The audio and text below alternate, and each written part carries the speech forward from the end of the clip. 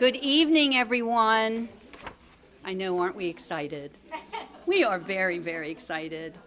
I'm Kate Markert. I'm Executive Director here at Hillwood Estate Museum and Gardens in Washington, D.C.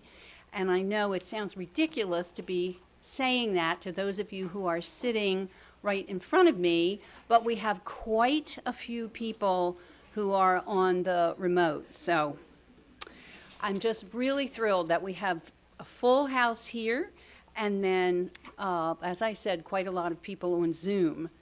So for those of you in the theater, I think you know what I'm going to tell you right now. Make sure that all of your devices are silenced, okay? We can all listen to the chirps and the rings and everything as you silence all of your phones. And then for those of you at home, you can submit questions in the Q&A module on the Zoom menu anytime they cross your mind. And then we'll get to as many as we can from both here in the theater and at home at the end of the talk.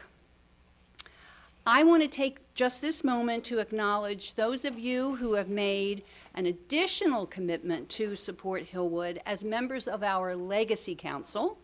I'm one of you. Many, many thanks for your thoughtful planning to ensure a vibrant future for Hillwood. Now, tonight's lecture is the second in our four-part series that's highlighting the current exhibition, From Exile to Avant-Garde, The Life of Princess Natalie Paley. Next week's lecture will feature Megan Martinelli and Wilfred Zeisler, and they will explore the forbidden love story, the elegant art collection, and the tasteful lifestyle of Natalie Paley's parents, Olga Paley and Grand Duke Paul of Russia. And then the final lecture of the series will be on October 29th, and that will feature Dr. Kenneth Silver, whose most recent book is Jean Cocteau, The Juggler's Revenge, and he will talk about Paley, her home in Connecticut, which, as you all know, because I know you've seen the show, is called Pebbles, and then her many fascinating mid-century bold-faced names who were all seen there. And he'll also talk about her burgeoning, her influence on the burgeoning American fashion world. So that's not to be missed. There are still tickets available, so please sign up soon. So tonight, I know we are all very excited to hear from Amy Fine Collins, who will talk about Princess Natalie Paley and the International Best Dressed list. Please join us in the lobby right outside after the lecture for a book signing. If you have not had a chance to get your book yet, the museum store will be open after the lecture, so you can run up and get it then. Now, before I hand the mic over, I'll share just a little bit about Amy. Amy Fine Collins was a special correspondent to Vanity Fair, where for more than 25 years she wrote features about fashion, art, culture, and society. An arbiter and owner of the International Best Dressed list since 2003, she was inducted into its Hall of Fame in 1996. A muse to artists and designers, including Jeffrey Bean and Tom Brown, Collins is a frequently consulted advisor and commentator on fashion and is active at the Metropolitan Museum's Costume Institute. Previously style editor at both House and Gardens and Harper's Bazaar, she received 3 degrees in art history from Swarthmore College and Columbia University, where she also taught for 2 years. In 2010, Collins received the New York Newswoman's Club's Front Page Award for Cultural Criticism, and in 2011, she won a Front Page Award for in-depth reporting. In 2011, she was presented with a Lighthouse International Fashion Visionary Award. She has appeared in numerous documentaries, feature films, and ad campaigns, and has toured internationally speaking at institutions such as the Metropolitan Museum of Art, and the Victoria and Albert Museum. Now, please join me in welcoming our speaker, Amy Fine-Collin.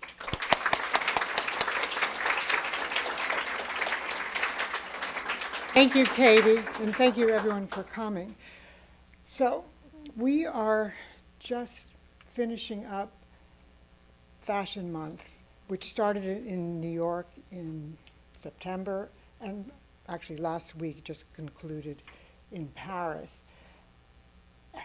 Has anyone ever wondered who started New York Fashion Week? Well, that person is Eleanor Lambert, who created the American fashion industry as we know it today. She was a pioneering fashion publicist. She started the Costume Institute. She started the Met Gala. She founded the Council of Fashion Designers of America, and she formed the International Best Dress List. Eleanor was a mentor and a neighbor of mine. And if anyone's wondering, I'm the one on the left. So why did she start the Best Dress List and when? This was 1940, and Europe was already at war. America had not entered the war yet, but the New York fashion industry was panicking about selling dresses. So they hired Eleanor to come up with a solution to stimulate the buying of dresses during this grim time. The device she came up with was the International Best Dress List, and it worked. I mean, Eleanor understood that getting dressed could be a competitive sport with winners and losers and high-stake players. So in 1940, she sent out ballots to fashion editors and retailers and other people in the position to see fashion worn at its best. And the results were tallied, and the announcement was made in December of 1940, who the winners were. And it was given a lot of coverage, this first announcement, in December 1940. So topping that list was Mona Williams. Mona Williams was married at the time to Harrison Williams, who was the richest man in America, the utilities king. Harrison Williams was the third of 5 husbands. And when her husband was being investigated for financial malfeasance, the first question he was asked was, "Is it true that your wife bought 75 sweaters from Schiaparelli last year?" Well, it was true. But Mona was revered by most everyone who was in America, especially artistic people. Like Cecil Beaton called her a rock crystal goddess. Cole Porter included her name in lyrics in a musical called Riding High. And Salvador Dali painted her, and he rhapsodized that her enormous, luminous eyes captured all the light in the room. So Mona Williams started a number of trends that are still with us today, such as charm bracelets, aquamarines, which were considered inferior stones before that, black dresses for day instead of suits, and she's largely forgotten now. Anyway, she was such a clothes horse that when Balenciaga died, she took to her bed for at least a week. Okay. Also on that initial list, and all these women in this first list were American. It was kind of a patriotic lineup. This is Millicent Rogers. She was a Standard Oil heiress who had a penchant for combining folkloric and historic influence clothing with pieces from the great designers of the day, including Charles James and Valentina, not Valentino, Valentina, who was an important designer of that period. She's wearing a Valentina dress there. This picture was taken for Bazaar. And Millicent Rogers was a very gifted artist, or artisan. The rings on her fingers were made by her. And she also was one of the first people to recognize Native American crafts and jewelry as an important artistic expression. So she popularized wearing the Navajo jewelry, and she learned how to make it herself. There is a necklace in the exhibition that our lady of the hour, Natalia, bought from her. It's quite beautiful. So Millicent Rogers was also an activist for indigenous people's rights. But she was, again, another clothes horse, and she was known to change her clothes between courses at dinner parties. She would intentionally spill something on her outfit. Okay, one of the fascinating aspects of the list is that it really reflects the year that just took place. Like, this is a 1943 picture. It's a snapshot of the culture scene 1 year at a time through the lens of fashion. So 1943, Madame Chiang Kai-shek made the list. She was the wife, as you probably all know, of the General Chiang Kai-shek, who was sort of battling with Mao Zedong for control of China. And in 1943, she attended the summit between Winston Churchill, her husband, and President Roosevelt. Also in that year, she was on the cover of Time magazine. She addressed Congress on behalf of her husband, and she was only the second woman ever to do so. But you see how she combined her native Qingpao dress with Western accessories. She was educated at Wellesley, so she knew both Western and Eastern culture well. The Duchess of Windsor was voted onto the list 17 times. That's a record breaker. She famously said that she knew she would never be the most beautiful woman in the world, but she could be the chicest. And she pretty much achieved that. She's wearing the shade of blue that became her signature color, a periwinkle that matched her eyes. And I think it's probably Mamboche, because she was a big client of his. The two of them, oh, that's her husband, I'm sorry.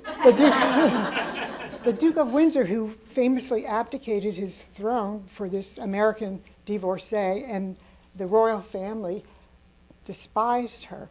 And that really sounds familiar, doesn't it? It's like, it's happening all over again. Here they are in the Bahamas.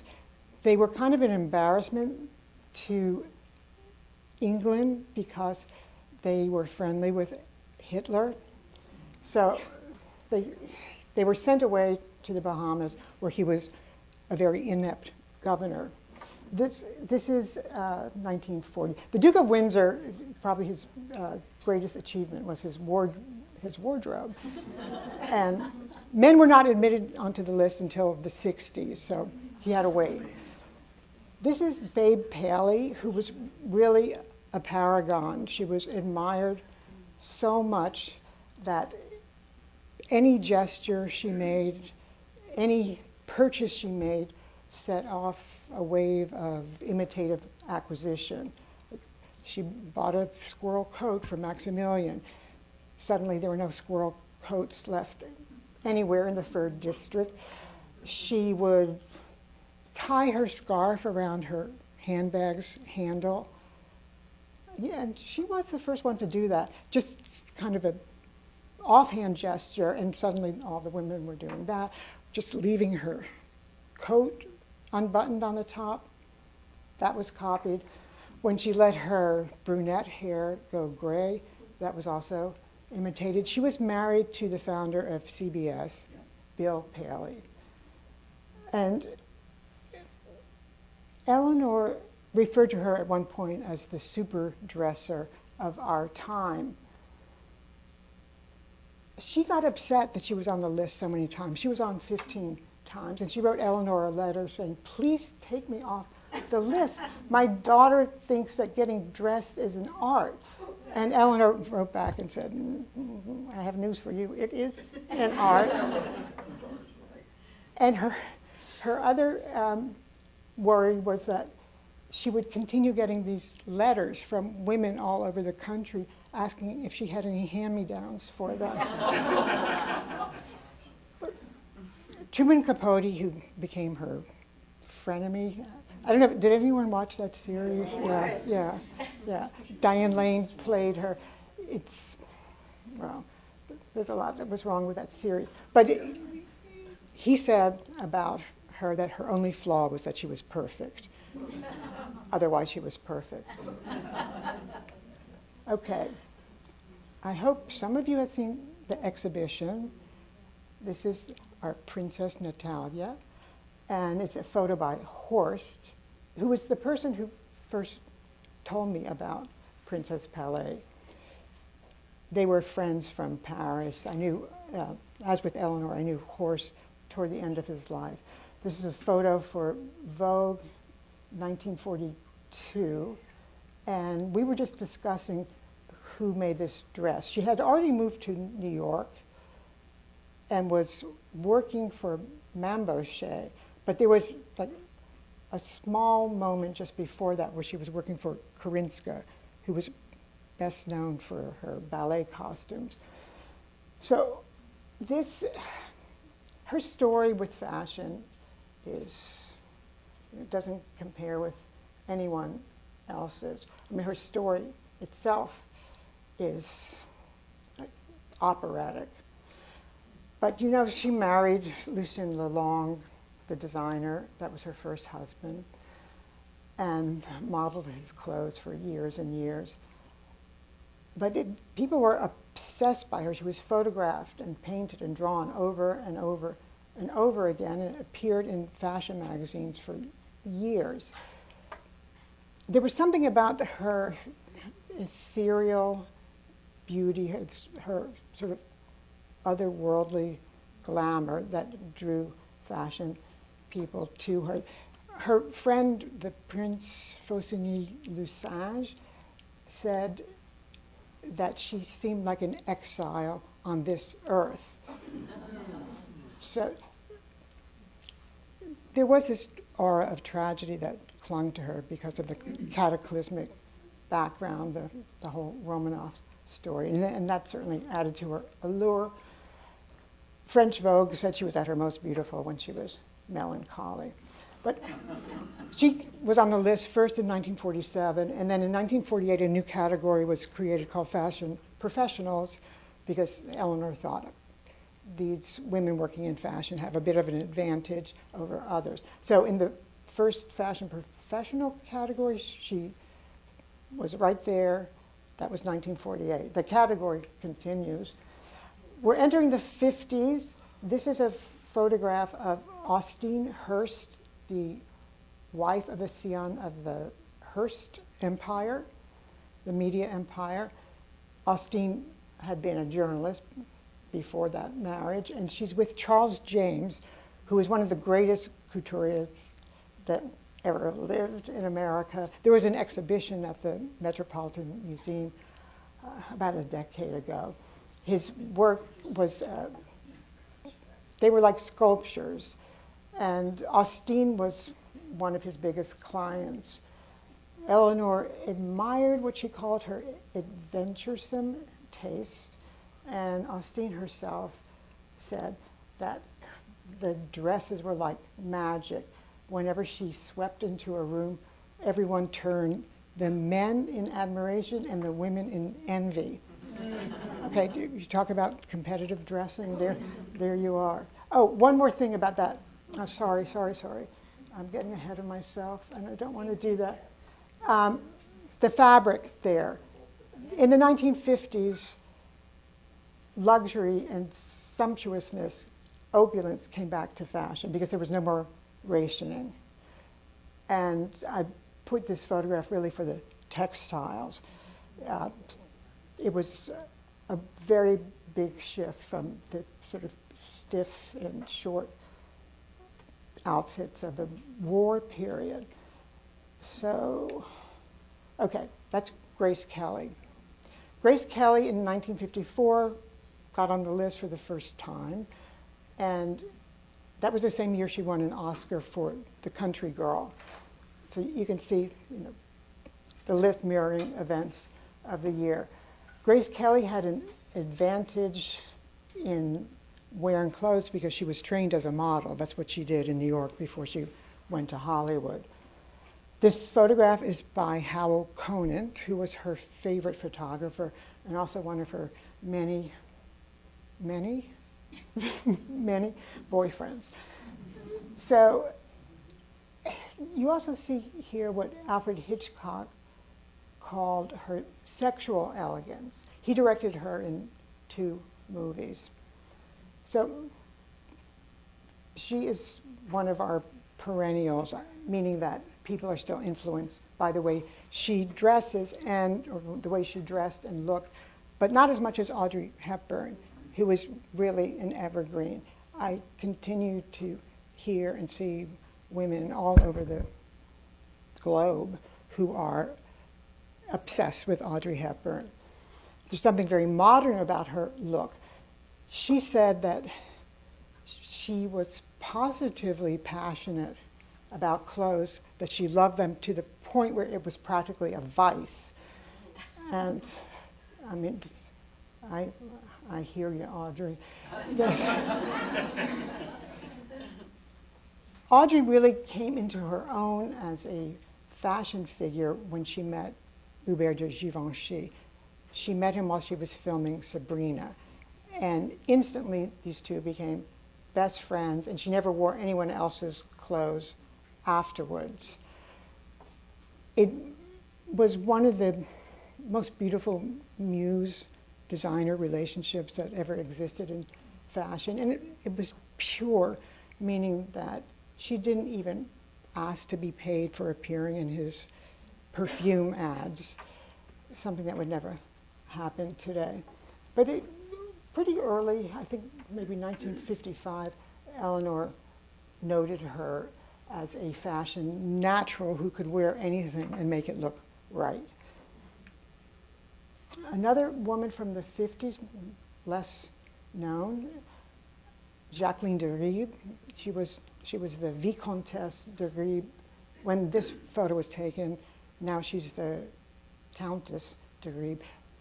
Jacqueline is still alive. She's in her mid to late 90s and is in Paris. So here, this is 1956. Jacqueline, who is as tall as she looks, she's over 6 feet. She's on the yacht of Stavros Niarchos, which was called La Creole. And she is wearing the very early designs of Emilio Pucci, for whom she ghost designed for 3 years. Emilio Pucci accurately predicted that Jacqueline would become a designer in her own right, which she did in the 80s over her family's strenuous objection. So she really is the chicest woman in France, and therefore you could say the world. Very athletic also, and creative. She would remake some of the couture dresses that she bought, and those designers didn't even mind because they respected and knew her talent. Okay, Marlene Dietrich. This is 1955. She is attending the opening of the film Oklahoma. And I love this photo because it shows you the difference between Marlene and the women on the street. It's, she had as Eleanor said, indestructible glamour. Why did she appear this late? Because she was attracting attention again as a cabaret singer. She became too old for Hollywood, something that's fortunately beginning to change. So she said, well, too bad, I'm going to be a cabaret singer now. And she had a nice career as a cabaret singer, starting when she was maybe 51. She's wearing head to toe Dior. She very much was conscious of her image. She said she dressed for the image, not for herself, not for men, but for the image. Okay, we're entering the 60s now. This is the model Verushka. Verushka was one of the greatest models of the 1960s. Richard Avedon, the photographer, told her she was the most beautiful woman in the world. But I know one other woman that he said that to. So here she's wearing what were called evening pajamas by Skazi. And I'm opening the 60s with this picture because it defines how much the culture had changed from the 50s to the 60s. With the sexual revolution and the summer of love, the counterculture, all of that, the youthquake, her pose with her legs spread apart like that would never, ever appear in Vogue before this time. This was during Diana Vreeland's reign as editor of Vogue. In fact, in the 50s, the editor then, Jessica Daves, had a rule that models couldn't even have their feet spread too far apart, much less their legs. The photo's from 1966. This is Diane Carroll. And again, the list reflecting the times. Civil Rights Act happened. This was the first African-American woman to appear on the list. Diane Carroll. She was also starring in the series Julia at the time, 1968. That was the first TV series that featured a black woman as its star. And a few years before that, she had won a Tony for portraying a model in a Richard Rodgers musical called No Strings. It was about a biracial romance.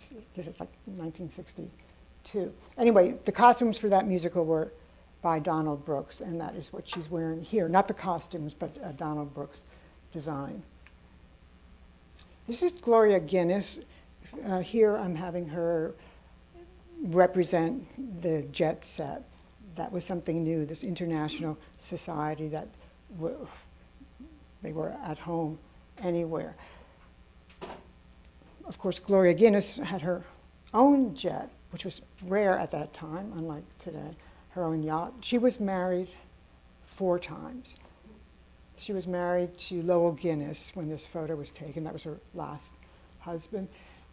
And this is a Cecil Beaton photo taken at her house in Manalapan, Florida.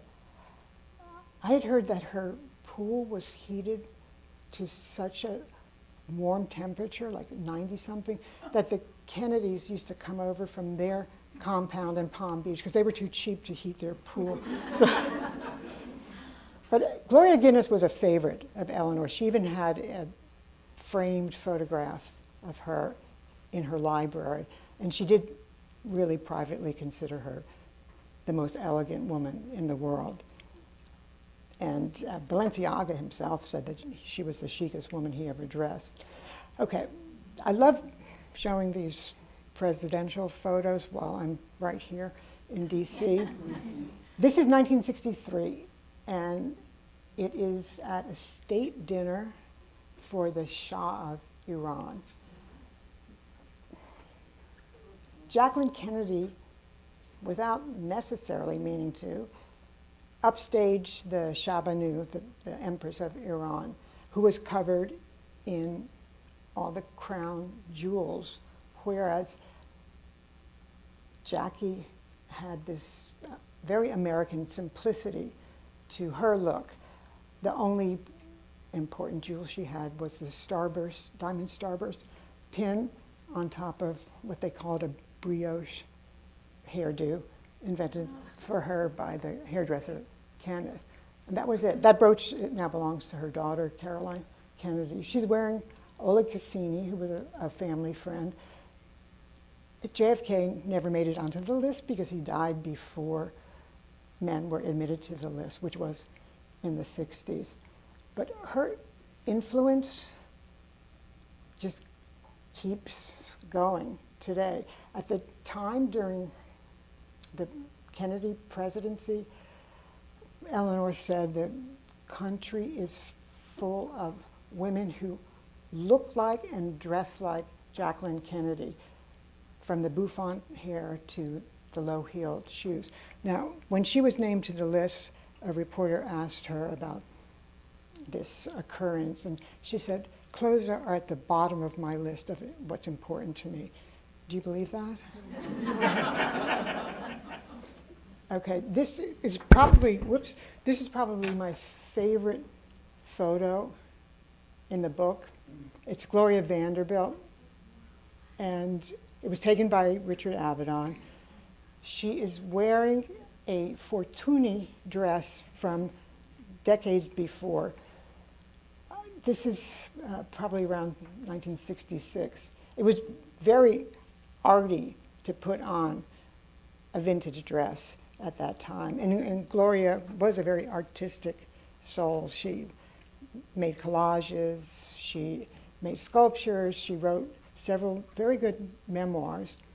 That's Diana Vreeland's own necklace around her neck. But the first time she was named to the list, she said, "Oh dear, no more blue jeans." And then she went on to design blue jeans. She's AKA Anderson Cooper's mom. Okay, this is the 70s. You see Halston there in his signature black turtleneck. He's on the Hall of Fame. Did anyone watch the Halston series? Yes. That was raunchy. So this is 1977, and he's with the model Pat Cleveland, who wonderfully is still working today.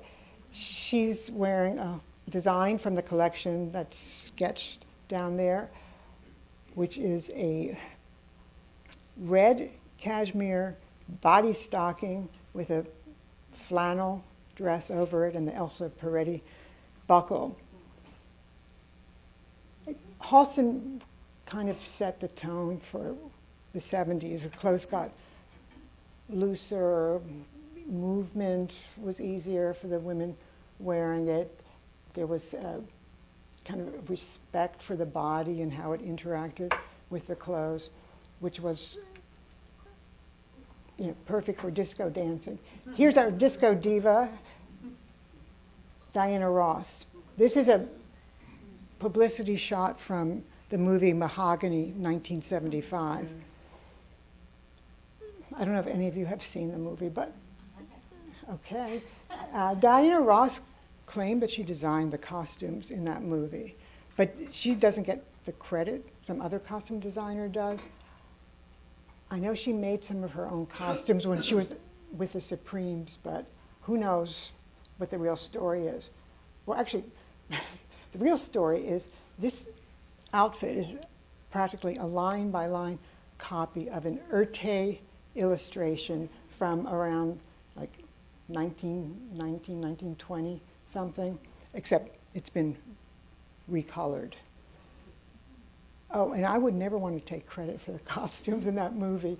They're crazily over the top. Okay, so back to disco again. This is Studio 54, which was really an incubator of style. Carolina Herrera is on the right. 1979 is when the picture was taken. Carolina was not even designing clothes yet. She was just wearing them. This is Giorgio Sant'Angelo, who was an important designer of the period. And you really just sort of wrapped and tied and knotted his work, and voila, there was a beautiful dress. So Carolina is with Bianca Jagger, both of them Hall of Famers, and Bianca is wearing Dior there and having a good time. So another Studio 54 moment. This was 1979 when Liza was celebrating her 33rd birthday. Now, she and Halston were, as she put it, joined at the hip. But each of them gave the other the confidence to go on and do what they did. So she was a muse as well. This picture also says 70s to me because there's such a relaxed attitude about the body. You see she has a lot of cleavage showing, and it's transparent, really. Halston told her she had a beautiful bust line, and she was kind of shocked and alarmed to hear that, but he dressed her to show it off. This dress, a version of this dress, is something she wore in a television appearance. I recently saw a YouTube video of her appearing on national TV wearing something quite similar, but the neckline is much higher and the dress is definitely lined.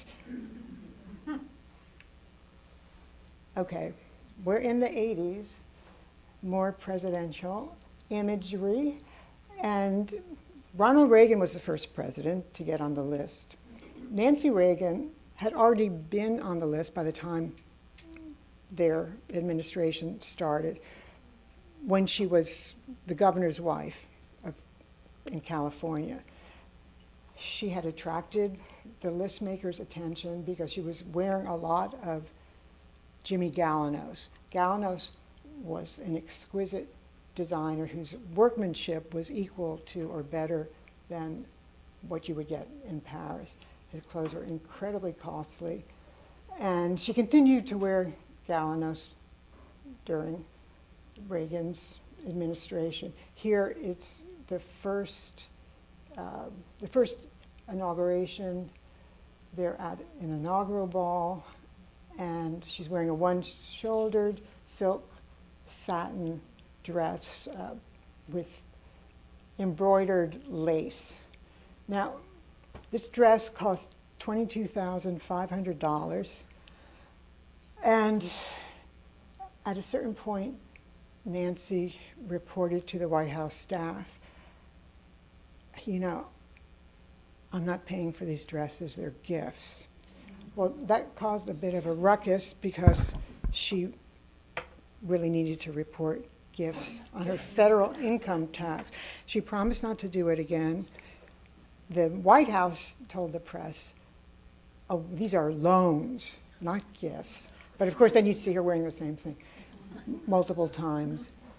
But Nancy defended her choice in her book, My Turn, by saying, it's what the French first ladies do. They understand the fashion industry is an important industry, and wearing great clothes by an American is good for the economy. And she wasn't wrong, because she set that pace of like really dressing up, parties, glamour, glitz.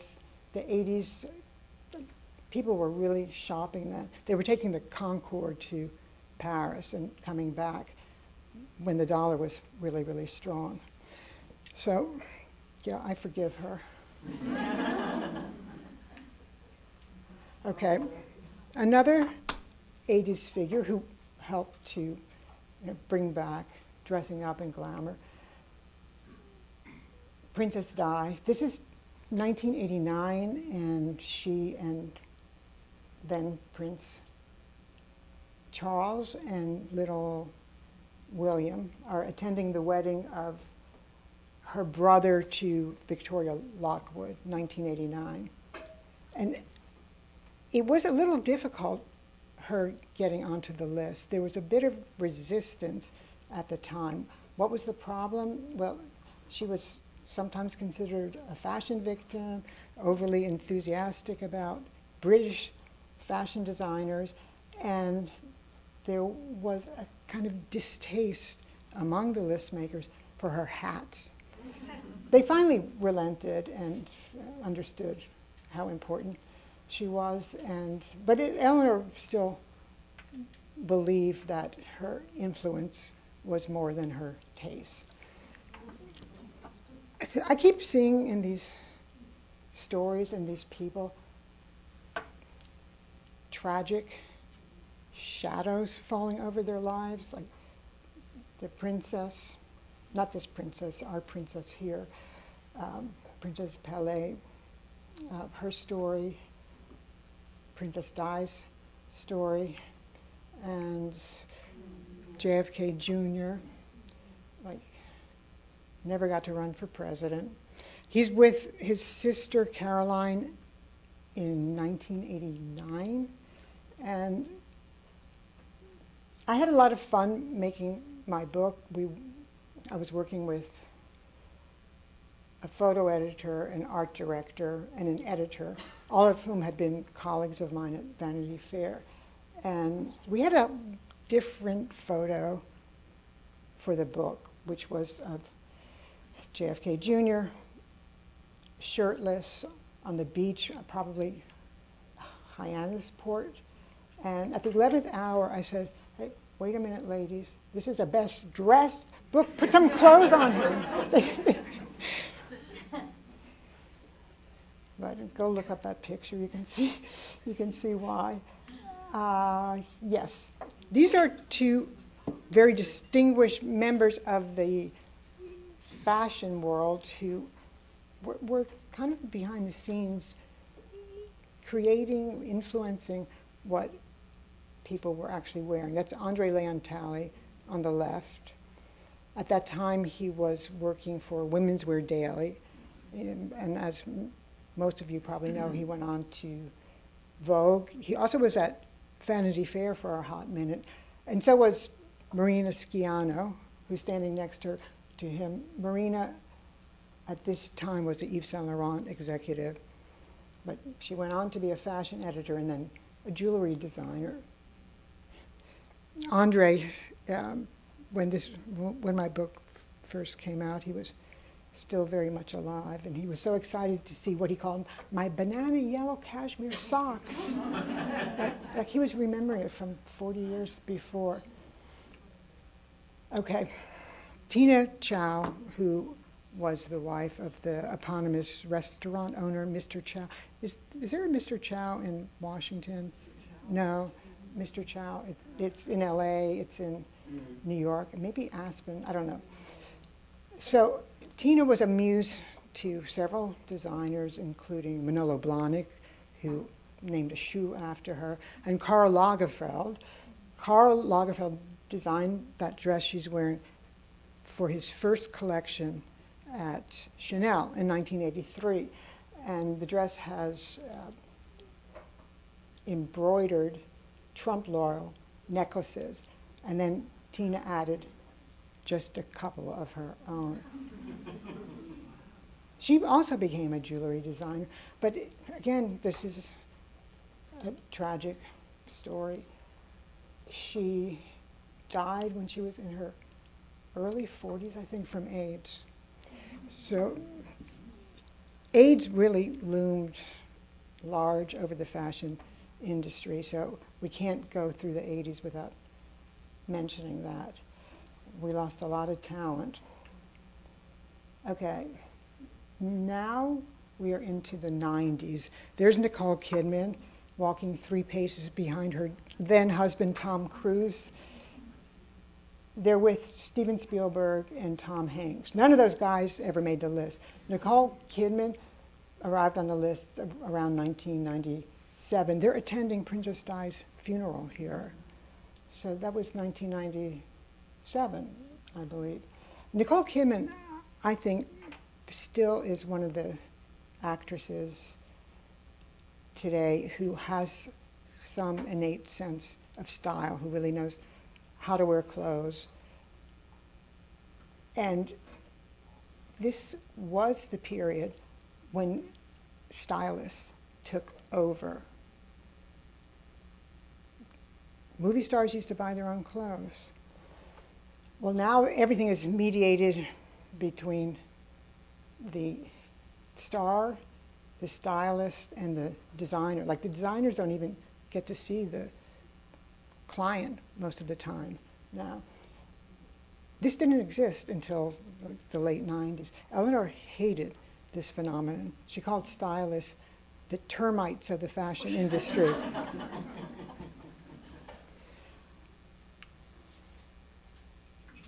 Julia Roberts accepting her Oscar for Erin Brockovich.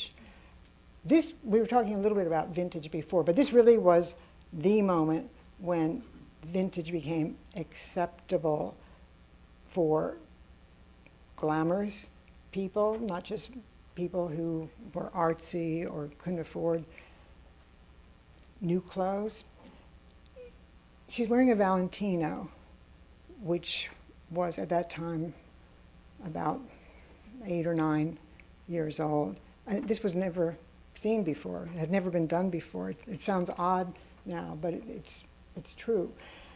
And Valentino says that this was one of the highest points of his career, that he could see that his dress had such longevity, and she looks perfect in that dress.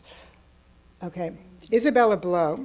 Isabella Blow was an editor at British Vogue, another muse to many designers. She's the one that discovered Alexander McQueen, a real eccentric. And here she's pictured in the front row of the first show of Julian MacDonald. And what's on her head? Okay, it's by a milliner called Eric Halley. And yes, it is a real lobster. The milliner, Eric Halley, just kind of spray painted it pink and studded it with Swarovski crystals. But Isabel was in such a hurry to get this hat on her head that he didn't have time to scoop out all the flesh. So, yes. So as the day wore on, that remaining flesh started putrefying and emitted a terrible stench. And Isabel said, I think that's great. It's a people repellent. Tell me if you want me to stop these tragic stories, but she did die by suicide about 12 years ago. Yeah. Okay. Now, by the early 2000s, the 21st century, the list had passed on to 4 of us who were then working at Vanity Fair. Eleanor Lambert died at 2003, still working at the age of 100, but she made sure to entrust us with the list. So for 17, maybe 14 years, the list appeared in Vanity Fair. And these two, both in the Hall of Fame, well gosh, I guess they're the Duke and Duchess of Wales now. This was their first visit to the United States, and they're in LA.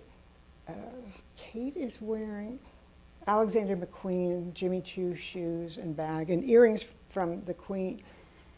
It's hard to remember this, but when we first put her on the list, and we and Eleanor were always fast to identify people who were just on the cusp of being someone important. She was still Kate Middleton when she first got on the list, and the British people hated her.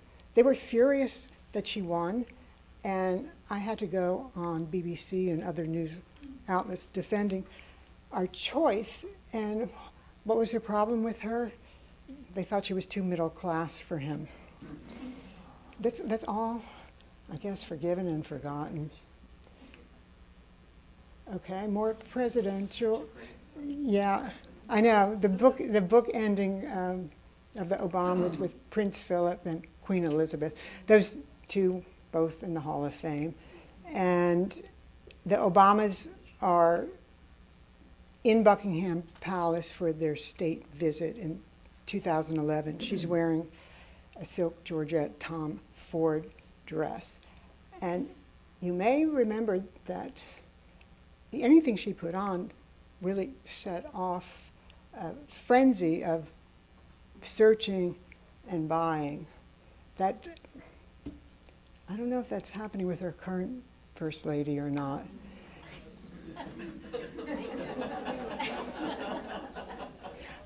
They were on as a couple one year. We introduced a few new categories besides fashion professionals. We had couples as well.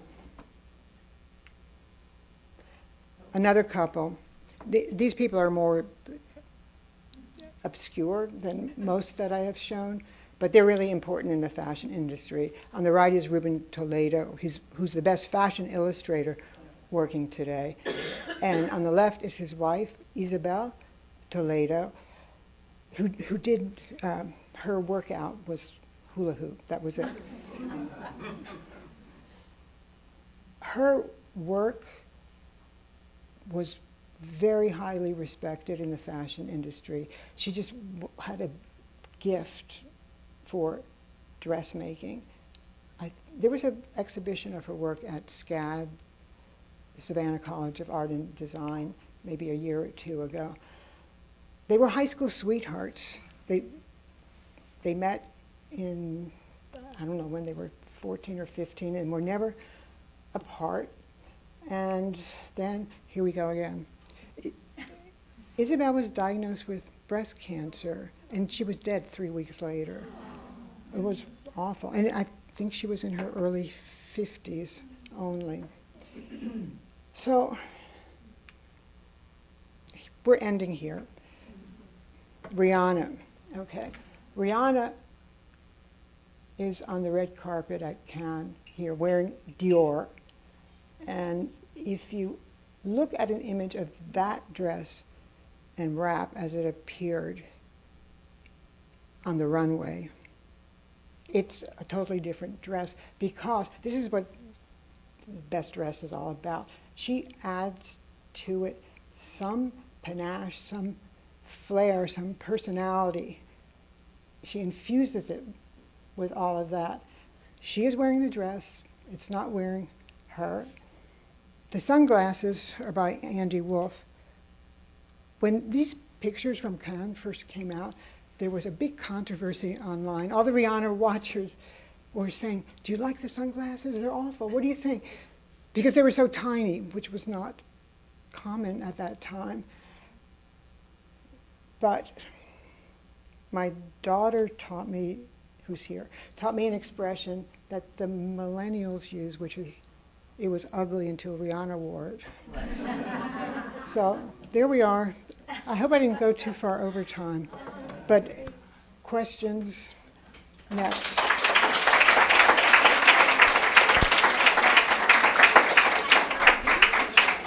We have a microphone. Hello there. Thank you very much. Hi. So I noticed conspicuously absent, especially this week, from the list is somebody like Diane Keaton. Maybe she's in the book, but not in your presentation. So my question really is, to make the International Best Dress list, do you have to be wearing designers? I mean, Diane Keaton was known, for example, for pulling together things out of her closet, you know, doing, again, sort of vintage stuff that wasn't necessarily famous. You mentioned Julia Roberts, who's wearing vintage, but that was also vintage designer. Yeah. So if you could maybe comment on that, do you have to sort of be wearing the designers? No. I mean, if that, first of all, if wearing designers was one of the entry requirements for the Best Dress list, then every lady with a high limit on her credit card who likes to shop would be eligible, and they are not. Diane Keaton did make the list one year. I couldn't show you everyone. There's thousands of names. So, I mean, a quick example of non-designer clothes would be Sharon Stone won the year at the Oscars. Yep, the Gap T-shirt. Yeah. And we also had a category called originals, which were a lot of eccentrics, and I mean, they were all kinds of things. Thank you. This was She was in the originals, yeah. I've loved all of this. I have two questions. Yes. Were you involved in the it was at the Metropolitan, and it was ecclesiastical. Yeah, heavenly bodies, Yes, the Catholic imagination. Fabulous. Yeah. So you were involved in that? No, I wasn't involved in that. I mean, I support the Costume Institute through a group called Friends of the Costume Institute. I don't have any influence on what the theme of the shows are going to be, but this organization, which I was a founding member of, uses their membership fees to acquire new garments. So indirectly, I'm sure there were a few things that. The quick question: was CC Guest ever considered? You bet. Yeah. She's in the book. Yeah. Yeah. She is in your Yeah. book. Okay. No, she Hall of Fame and everything. Like Eleanor was quite taken with her, and she was a big Manbochet client too. Understated, so understated that my friend, a much older fashion editor, told me that when she was traveling to Spain, she was mistaken for her own maid because the Spaniards didn't understand the pared down simplicity of her style or Manbochet. So you'll see her in the book.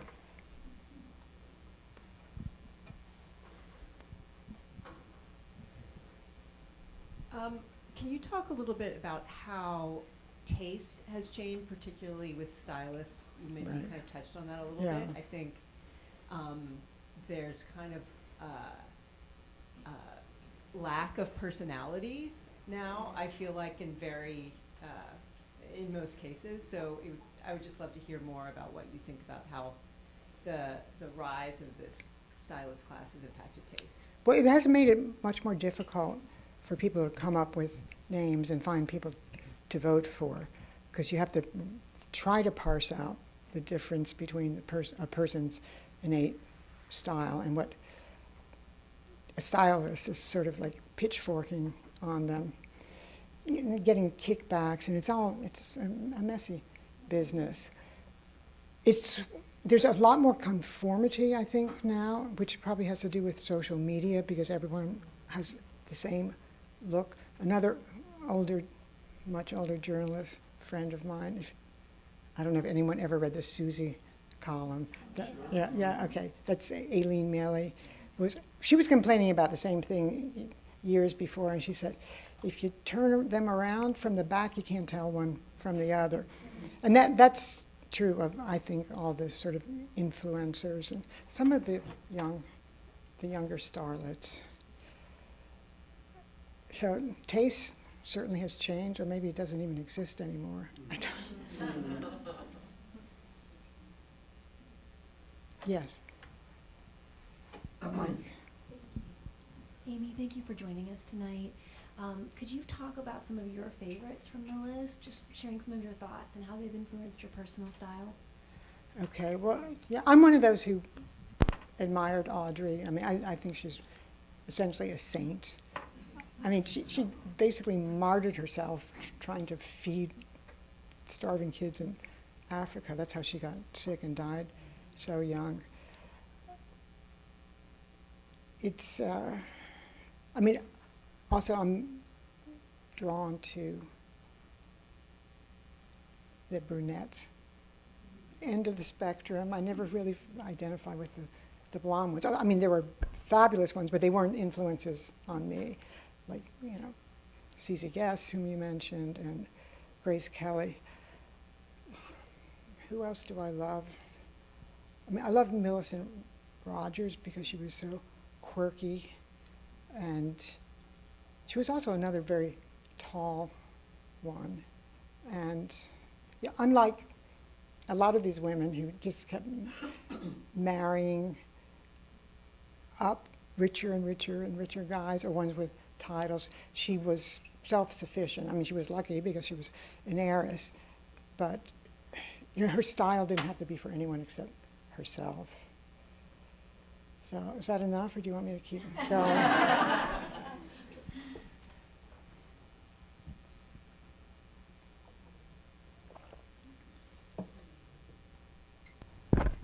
Okay, we have need of a mic. Thank you, Amy. Could you share with us any pearls of wisdom from your great committee meetings? I love reading about them. I love just imagining the energy in the room. It's crazy. And that's the second question is, what was it like when you yourself were on the list? Well, they threw me out of the room. Like, they told me I had to leave. And, like, I didn't know what I did. And then someone came and got me and said, you can come back now. Someone came, did you hear any of the story at all? Yeah. Okay. Someone came to get me and said, you can go back in now. And that's when they told me I was on the list. So, I mean, really and truly, people who win are so thrilled by it. And if they say they're not, they are lying. Often obituaries include, it's almost always mentioned there. It's interesting. Wait, what was your question? The first part was like pearls of wisdom for what made the committee meeting strong. You know, I can just imagine from what you described what it must have been like being there. But what was it that made your team strong? Yeah. The infighting, like all this friendly clashing. I mean, things got very, I would say, accelerated. Like some people would just like withdraw from the fray.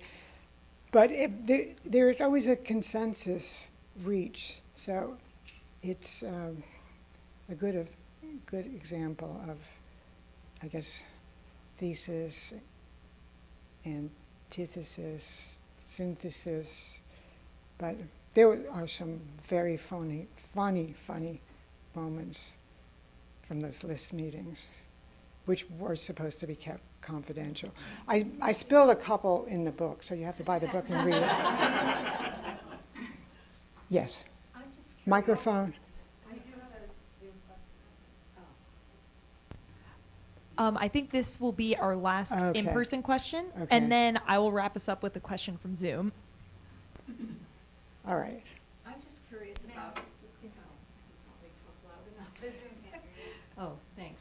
I'm just curious about your own personal style, 20s, 30s, 40s, through the age, how your style has. You're not talking about the decade. You're talking about my life. Right? How has it evolved? Well, everything changed for me in the late 80s when I met Jeffrey Bean.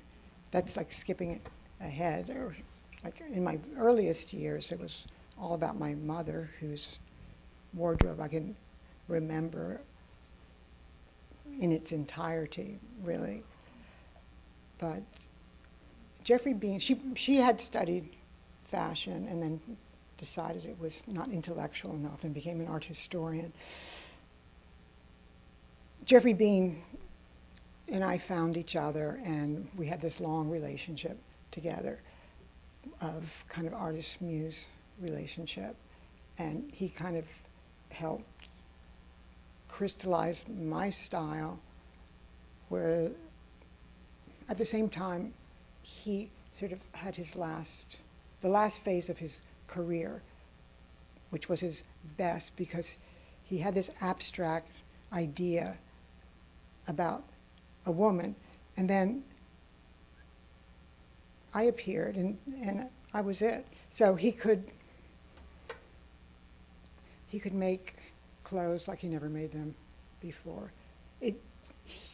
What he did was just sort of bring out who I am more emphatically. Okay, that's it for the audience questions, but we have Zoom questions, right? Yes, I have one question from Zoom, and I think this will wrap up our Q&A session. Okay. Someone would like to know if you had a chance to see the Paley exhibition at Hillwood, and if you had any impressions or anything that surprised you, or did you learn anything new from the exhibition? Natalie Paley has fascinated me for decades. I did a story about the exhibition in airmail. Before I saw the show, I just saw the show finally earlier today. And, I mean, she's a magical creature. The story of her family, the lovers she had, it's just an incredible list. I mean, it's like a who's who of literature and art and dance. And where are those people today? Is your Zoomer happy with that response? That's a perfect answer. Let's please give a huge round of applause for Amy Collins.